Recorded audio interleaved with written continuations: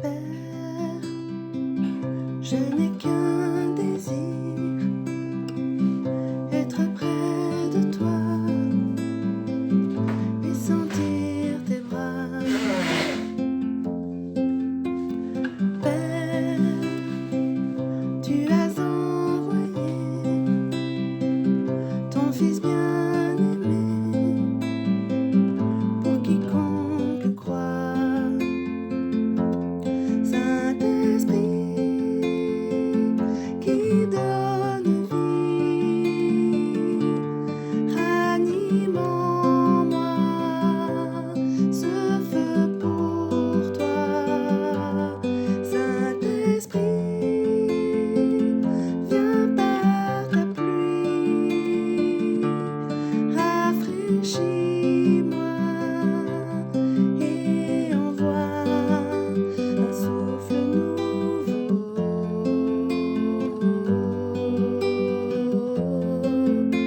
un souffle nouveau,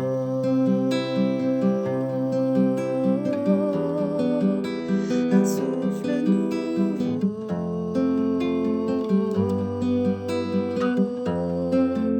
un souffle nouveau.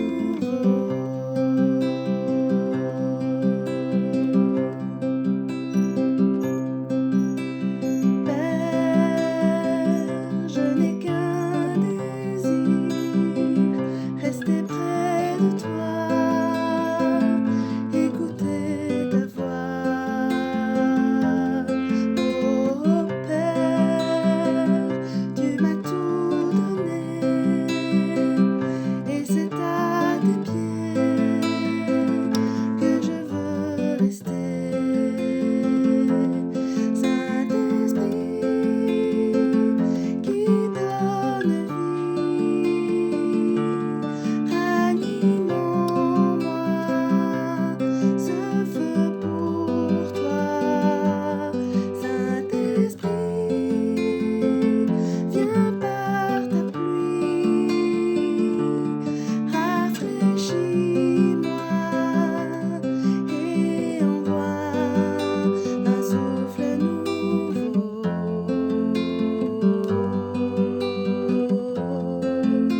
un souffle nouveau,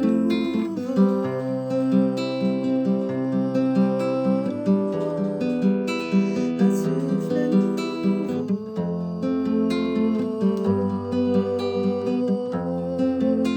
un souffle nouveau.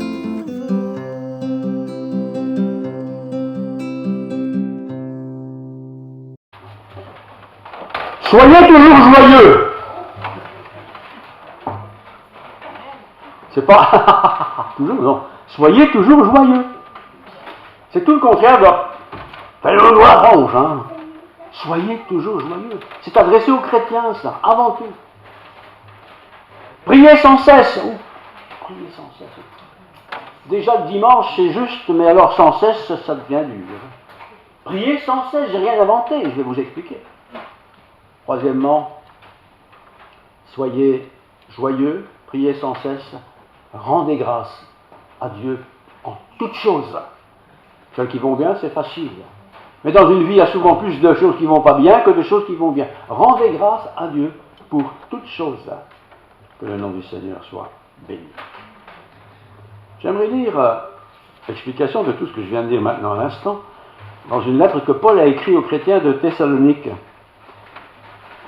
Thessalonique, c'était une grande ville à l'époque, ville très importante, beaucoup d'intellectuels, une église apparemment bien dynamique, un peu comme nous, quoi. Enfin, un peu moins, ou un peu plus.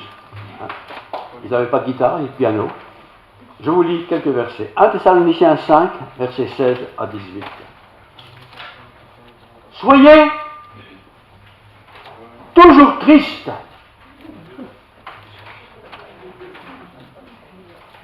Non. Soyez toujours joyeux. Toujours, hein. Ça c'est difficile, hein. Priez pas trop souvent. Priez sans cesse. Sans cesse. Troisièmement, rendez grâce en rien. Non, rendez grâce en toutes choses, car c'est à votre égard chacun de nous, la volonté de Dieu en Jésus-Christ. Tel est le sujet de mon court sermon de ce dimanche matin. Les 3 versets que je viens de lire, toujours joyeux, prier sans cesse, rendre grâce en toutes choses, sont des versets que quelqu'un qui n'est pas chrétien ne peut pas trop saisir. Parce que quelqu'un qui n'est pas chrétien n'a pas Dieu, forcément. Peut-être qu'il est un peu croyant. Et il ne peut pas comprendre ces paroles que le Seigneur nous a laissées par la plume de l'apôtre Paul dans ce cas présent. 3 versets qui sont parfois difficiles aussi. On ne peut pas toujours être joyeux. Ben non. Quelqu'un qui a raté son examen à l'école, il ne peut pas être joyeux, hein? C'est pas possible. Tu viens de te cracher avec ta voiture, tu as fait une boeuf, tu ne peux pas être très joyeux. Pourtant, soyez toujours joyeux. Qu'est-ce que ça veut dire? Qu'est-ce que Paul veut dire? Qu'est-ce que Dieu veut nous dire? Alors il continue le verset. Soyez toujours joyeux, car c'est à votre égard, le vôtre c'est le chrétien, c'est à votre égard la volonté de Dieu en Jésus-Christ. Être joyeux, frères et sœurs, n'est pas une option. Ce n'est pas quelque chose que j'ai quand tout va bien, quand c'est formidable, j'ai une bonne nouvelle. Non, on est forcément joyeux. Ce n'est pas une option, mais c'est un état d'être joyeux. C'est pas être un peu clown comme ça, mais être joyeux. Joyeux parce que derrière le problème, quel qu'il soit d'ailleurs, il y a le Seigneur. Il y a le Seigneur, sa présence. Il a son enceinte, il a son esprit. Il a sa présence permanente. Et là, bien sûr, la parole qui nous enseigne ce qu'il est. Et quand j'ai préparé ce sermon au début de la semaine, je me suis dit, mais dans le fond, pourquoi on a écrit ces textes dans la Bible? Parce que dans la réalité de la vie, on ne peut pas toujours être joyeux. Hein? Il y a souvent des mauvais soucis, des préoccupations, enfin, toutes sortes de choses comme ça.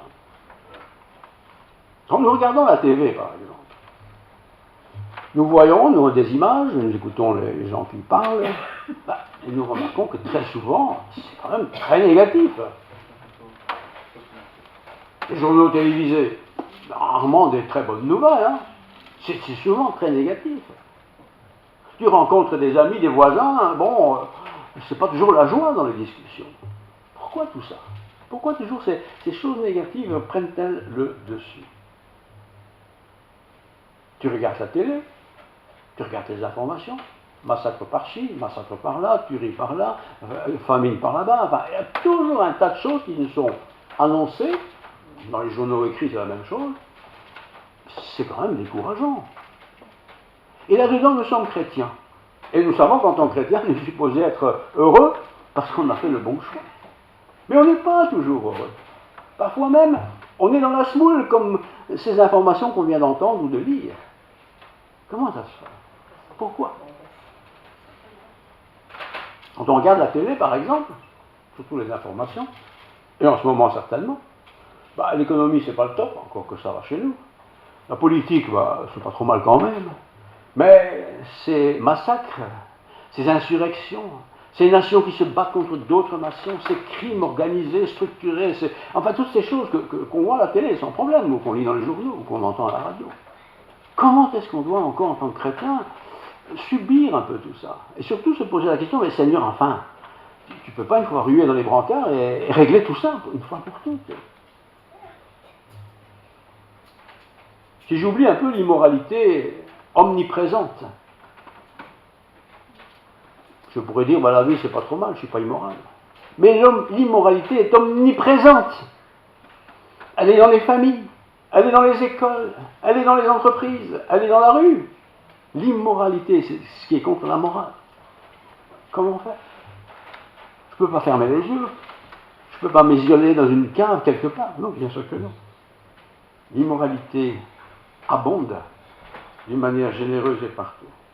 Pédophilie, homosexualité, mariage homosexuel, officiel, déclin et perte totale d'une vie morale. Avant c'était exceptionnel ça, il y a 50 ans, 60 ans. Aujourd'hui c'est coutumier. Plus personne, ou pas grand monde, n'est encore impressionné par ça. C'est comme ça, il faut faire avec quoi. Le problème c'est que c'est dans mon entourage. Je suis en contact avec des gens. Et si je suis chrétien, je le suis, et vous êtes certainement tous aussi, vous avez envie de le voir changer de vie, mais comment faire pour lui présenter la bonne nouvelle de l'Évangile? Alors que lui vit peut-être, ou elle vit peut-être des choses tout à fait horribles. Est-il possible aujourd'hui encore de vivre avec un peu de joie? Je ne parle pas du bonheur, parce que le bonheur, tu achètes une nouvelle mobilette, tu es content, mais ça ne va pas durer longtemps. Mais est-ce qu'il est obligé de toujours devoir être à l'encontre de la joie d'être sur cette terre, et dans ce monde, et dans ce quartier, ou dans cette ville, ou même dans cette église? Est-ce possible, et posez-vous la question, d'être toujours joyeux? C'est Paul qui dit ça. Soyez toujours joyeux. Toujours, c'est pas une fois tous les 3 ans. C'est toujours. Tu te lèves, tu es joyeux. Tu te couches, tu es. Tu fais à manger, tu manges. On est rarement joyeux. On est rarement joyeux. Est-ce que la Bible aurait demandé quelque chose qui n'est pas possible de faire? Soyez toujours joyeux. L'apôtre Paul écrit ceci. C'est l'apôtre Jean plutôt. Si vous demeurez en moi, et que mes paroles de Dieu, demeurent en vous, demandez ce que vous voudrez, cela vous sera accordé. On entend ça, on lit ça, on se dit, ouais, mais ça c'est des blabla, Parce que moi j'ai déjà demandé, et je n'ai pas eu. J'ai voulu quelque chose de bien, et je n'ai pas reçu. Qu'est-ce que j'ai donc fait? Ou pas fait? Pour que ça ne marche pas chez moi. L'apôtre Jean dit ceci, Jean 14, 23. Si quelqu'un m'aime, pas aime Jean, mais aime Dieu, si quelqu'un aime Dieu, il gardera ma parole. Et mon Père l'aimera. Nous viendrons à lui et nous ferons notre demeure chez lui. Je relis, Si quelqu'un m'aime, donc Dieu, il gardera ma parole. La parole, c'est ce qu'on appelle la Bible. C'est pas garder le livre dans une bibliothèque, c'est garder ce qui est écrit, ce qu'elle raconte, ce qu'elle partage. Est-ce que je garde cette parole? Avec ce que j'ai entendu depuis que vous êtes là, est-ce que j'ai entendu quelque chose qui m'a dit, où j'ai dit, ouais, mais ça c'est pas possible, ça ne marche pas, c'est trop difficile. Ou bien est-ce que j'ai dit, oui, ça marche.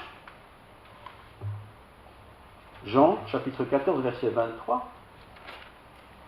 Recevez-moi, et je ferai ma demeure chez vous. Recevez-moi, et je ferai ma demeure chez vous. C'est un peu pour illustrer. Frappe à la porte. On ouvre la porte, et j'entre. Le Seigneur est comme ça. Le Seigneur n'a jamais forcé une porte. Jamais. Jamais. Il ne s'est jamais imposé à quelqu'un. Jamais. Le Seigneur est poli. Mais il frappe.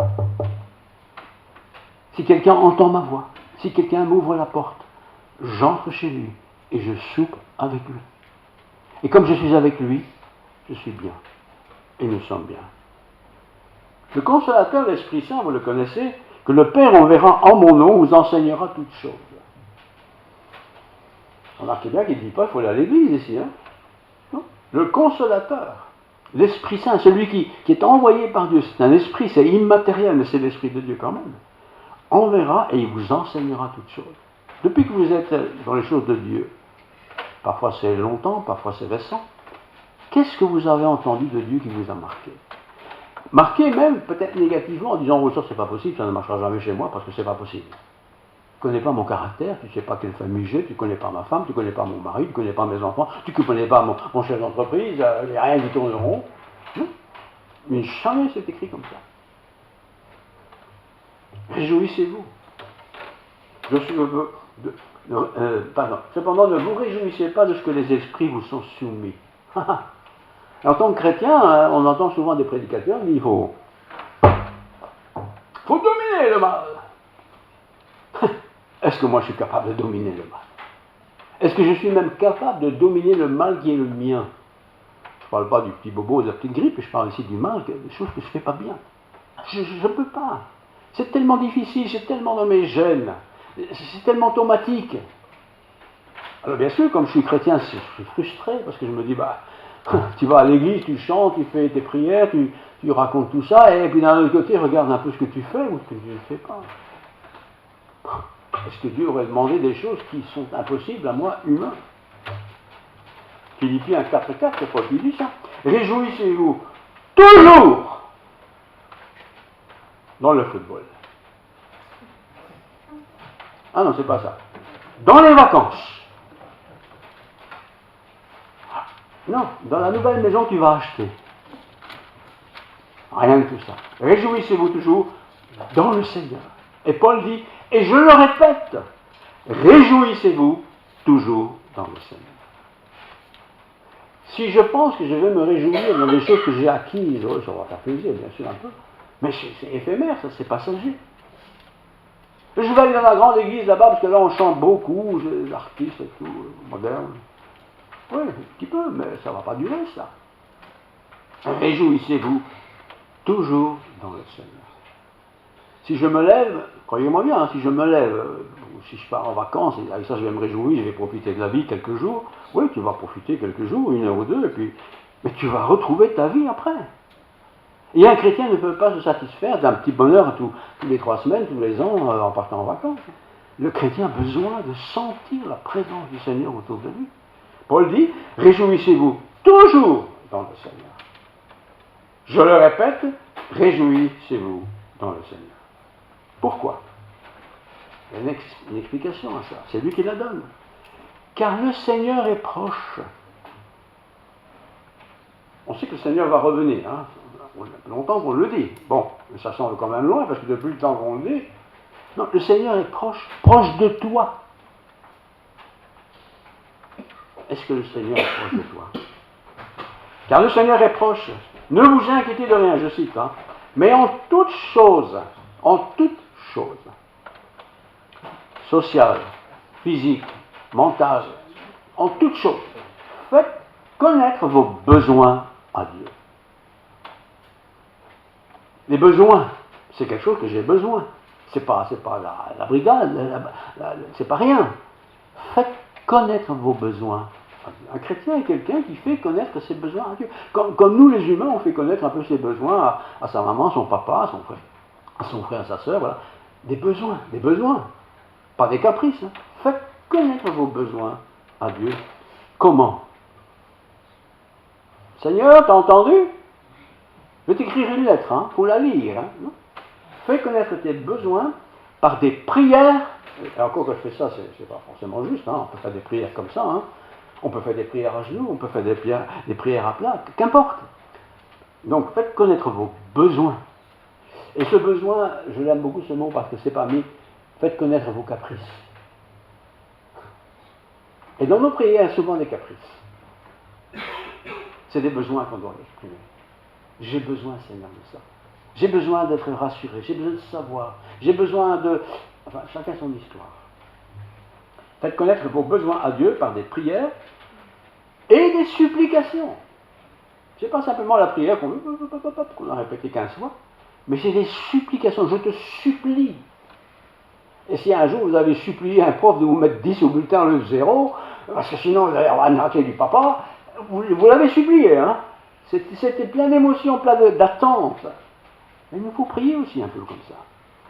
Faites connaître vos besoins à Dieu par des prières, bien sûr, il y a des mots, par des supplications. J'en ai besoin, Seigneur, avec des actions de grâce. Je ne peux pas simplement demander et encore demander. Il faut des actions de grâce. Les actions de grâce, c'est moi qui les fais. Quelles sont les actions de grâce? Qu'est-ce que j'ai fait pour la gloire de Dieu, pour l'Église de Dieu? Pas seulement le bâtiment, hein, je parle du corps du Christ. Si je fais ça, le verset continue, dit, la paix de Dieu, qui surpasse toute intelligence. Vous savez, la nouvelle formule aujourd'hui, on nous la pompe tous les jours, maintenant le IA, là, hein, ça ne vaut rien à côté de la sagesse et la sagesse de Dieu. Et la paix de Dieu, qui surpasse toute intelligence, la fin du verset est magnifique, gardera vos cœurs et vos pensées en Jésus-Christ. La vie est comme ça, on apprend des choses, on dit qu'on va faire ci, on va faire là, très bien. Et à peine c'est là, à peine c'est fait, ou pas encore fait, on a déjà à peu près oublié. C'est pas comme ça avec Dieu. Quand je prie Dieu, Soyez sûr de ça. Pas la petite prière récitée facilement, là, mais la prière qui vient du cœur, auquel je me suis vraiment adressé à Dieu, qui a du sens, qui est selon Dieu. Eh bien, l'Esprit Saint prend la liberté, la responsabilité même, de venir habiter chez moi, c'est-à-dire en moi.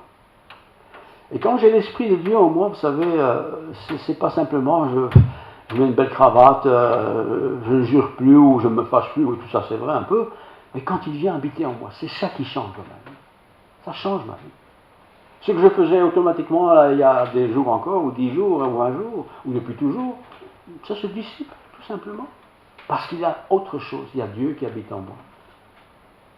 Si Dieu habite en moi, c'est forcément qu'il n'y a plus de place pour quelqu'un d'autre. Et ce quelqu'un d'autre, eh bien, c'est ma nature sans Dieu. C'est peut-être aussi le malin, le diable avec toutes ses astuces. Le Seigneur veut habiter en moi, pas simplement pour avoir un petit logement, cool, mais pour m'enseigner. J'ai besoin d'enseignement. On est trop peu dans l'enseignement. Pourtant, on fait tous beaucoup d'études et tout ça, on apprend plein de choses, mais on apprend si peu sur Dieu. Si peu. Même dans les églises. Il n'y a plus vraiment des études bibliques auxquelles on venait ou des conférences, machin et tout. Pas pour fatiguer les gens, hein, mais des choses pour apprendre.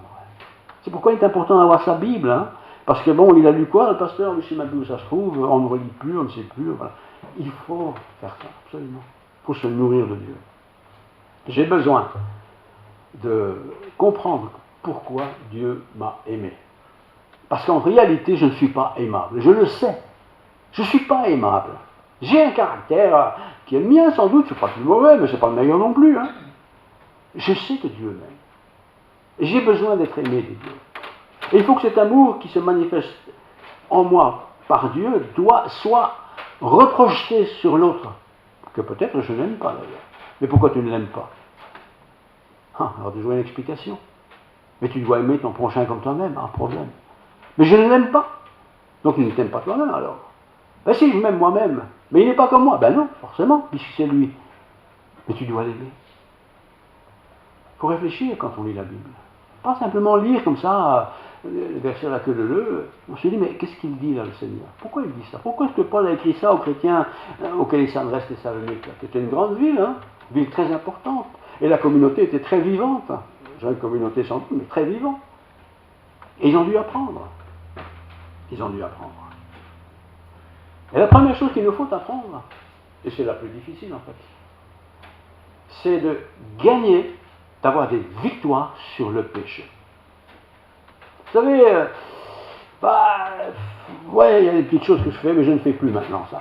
Bon, d'accord, c'est bien, très bien. Mais est-ce que tu as la victoire sur le péché? Alors qu'est-ce que c'est que le péché? C'est pas le pécheur, évidemment. Le péché, c'est ce qui n'est pas de Dieu. C'est ce qui est de Satan.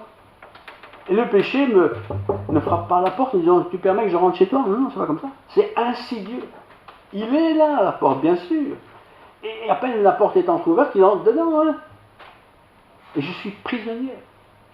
Prisonnier du péché. Je n'ai même pas vu qu'il était rentré chez moi. Parce que la porte n'était pas fermée. Et elle n'était pas fermée parce que je ne savais même pas qu'il y avait une porte. Je ne savais même pas qu'il y avait une clé. Donc tout le monde peut entrer chez moi. Il nous faut résister, la Bible, au diable. Résister, ça veut dire qu'il y a quelque chose à faire. Hein. Résister au diable. La joie chrétienne là, n'est jamais destinée à ceux qui vivent dans le péché. Je répète. La joie chrétienne, c'est pas la joie à petit rigolo qui a gagné au foot. Hein. La joie chrétienne. Le fait d'être chrétien, d'être dans la joie, parce que je suis chrétien, est destiné à ceux qui ne vivent pas dans le péché. Mais tout le monde sait qu'on ne vit pas sans péché. On est des pécheurs. Oui, on est des pécheurs. Oui. On se convertit, on est encore un peu pécheur, mais on est moins pécheur qu'avant. On confesse, on arrange, on efface, on disperse. Il n'y a pas de vraie joie et il n'y a pas de vraie paix, frères et sœurs, si dans ma vie il y a le péché. C'est pas possible. Alors le péché, bien sûr, il y a le péché visuel qu'on ne voit plus parce que quand même on a fait un petit effort. Mais c'est péché personnel, discret, que l'on pratique pas, mais qu'on pense. Ils sont là. Et ça nous pompe, excusez-moi, ça nous pompe l'air. Parce qu'en tant que chrétien, rempli d'esprit, on ne veut plus ça. Mais c'est toujours pris. Toujours. Ça revient, je n'arrive pas à m'en défaire. Et quand je suis pas dedans, je ne suis pas heureux, quoi. Il me manque quelque chose. Alors je retourne tout doucement, hop, et je suis repris par le système. C'est ce que Paul écrit aux chrétiens de Thessalonique. Hein. Il y a 3-4 chapitres, c'est pas très long. Lisez-le tout à l'heure, vous allez voir. C'est incroyable. La vraie joie, la joie de Dieu, je termine, hein, c'est pour ceux qui sont sauvés. Si je reste protestant, que je reste catholique ou je reste tout ce que vous voulez, je ne connaîtrai jamais la vraie joie de Dieu. Impossible. J'aurai un peu de joie, un peu de plaisir, tout ça, oui, sûrement. Mais la vraie joie de Dieu, on ne peut l'obtenir que si le Seigneur a pris place chez moi. Le plaisir mondain, tout le monde en a un petit peu, mais il va toujours m'attirer très fort. Si je n'ai pas la présence de Dieu en moi. Alors qu'est-ce que je fais? Je vais plus à l'église comme ça, j'ai plus besoin d'écouter le pasteur qui me casse les pieds avec ses histoires. Peut-être qu'il te casse les pieds avec ses histoires. Mais c'est pas ça qui est important, c'est l'Esprit de Dieu. Tu donnes ta vie à Dieu. Tu as dit un jour peut-être, Seigneur, je veux être ton enfant, racheté, merci. Dieu a entendu ça. Et Dieu répond à ça, absolument. La vraie joie est pour ceux qui sont sauvés. Je ne vais pas devenir sauvé parce que j'ai fait beaucoup de choses. Je suis d'abord sauvé. Et je suis sauvé parce que j'ai laissé Christ entrer dans ma vie. Seigneur, viens.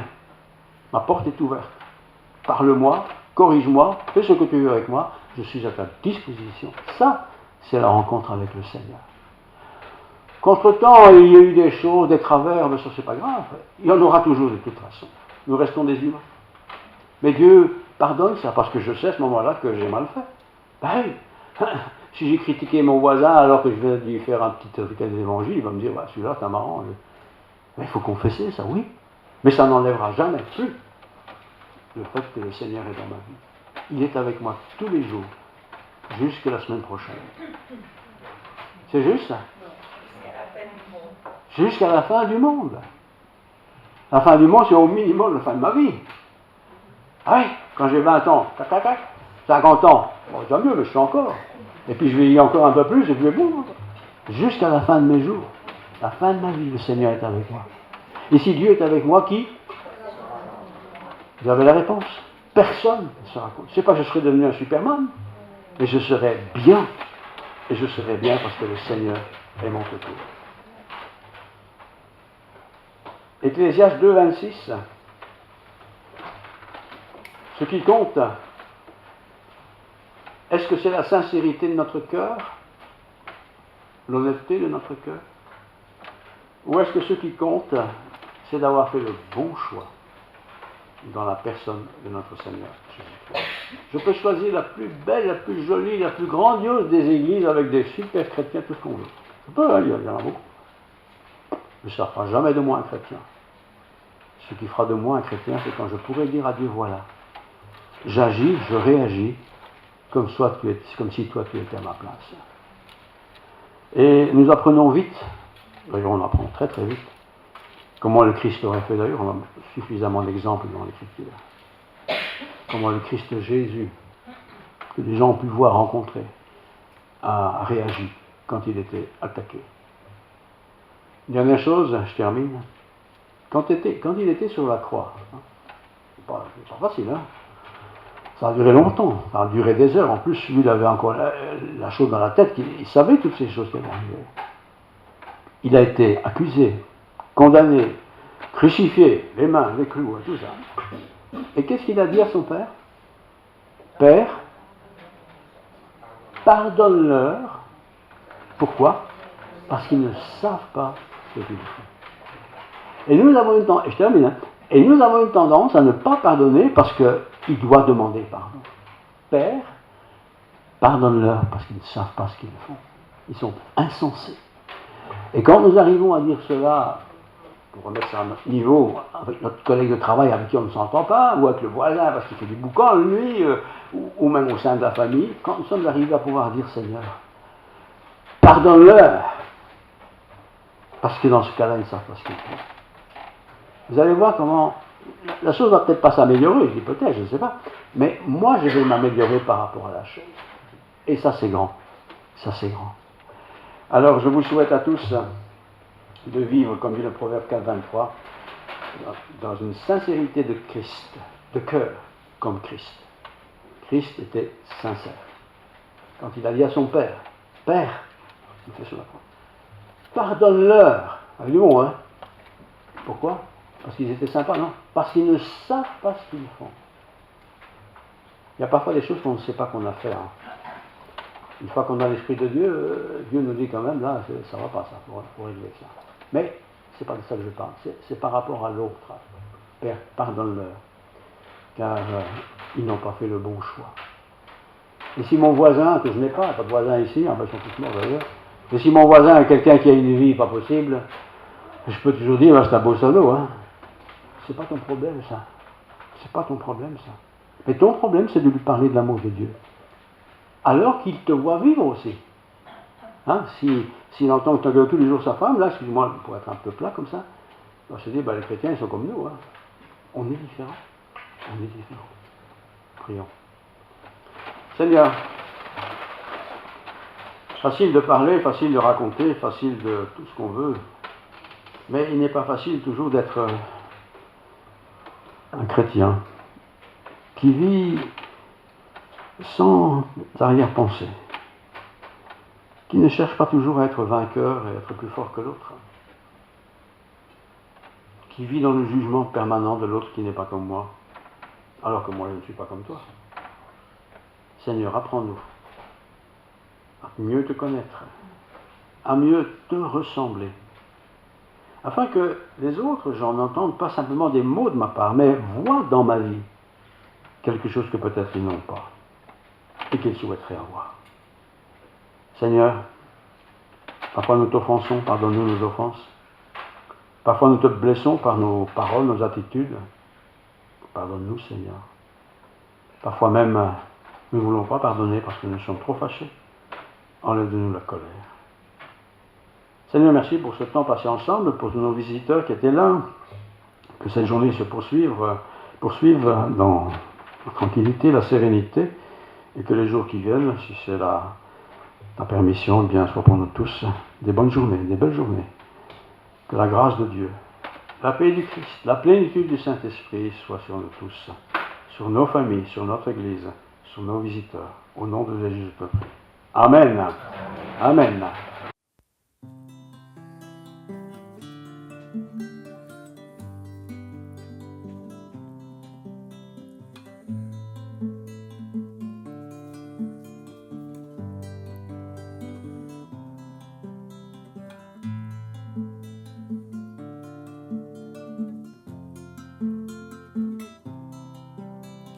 Qui donc dans le ciel est semblable à toi, qui est puissant comme toi, éternellement roi, qui est puissant comme toi, éternellement roi. Tu es Adonai Jireh, en tout temps tu pourvoiras.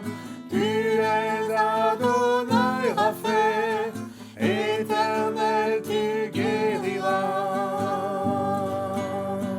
Qui donc dans le ciel est semblable à toi, qui est puissant comme toi, éternellement roi, qui est puissant comme toi, éternellement roi. Tu es Adonai Shammah, tu entends, tu répondras. Tu es Adonai Shalom, Dieu de paix pour tous les hommes. Qui donc dans le ciel est semblable à toi, qui est puissant comme toi, éternellement roi, qui est puissant comme toi, éternellement roi. El Shaddai, Dieu tout-puissant, tu protèges et tu nourris. El Olam, Dieu éternel,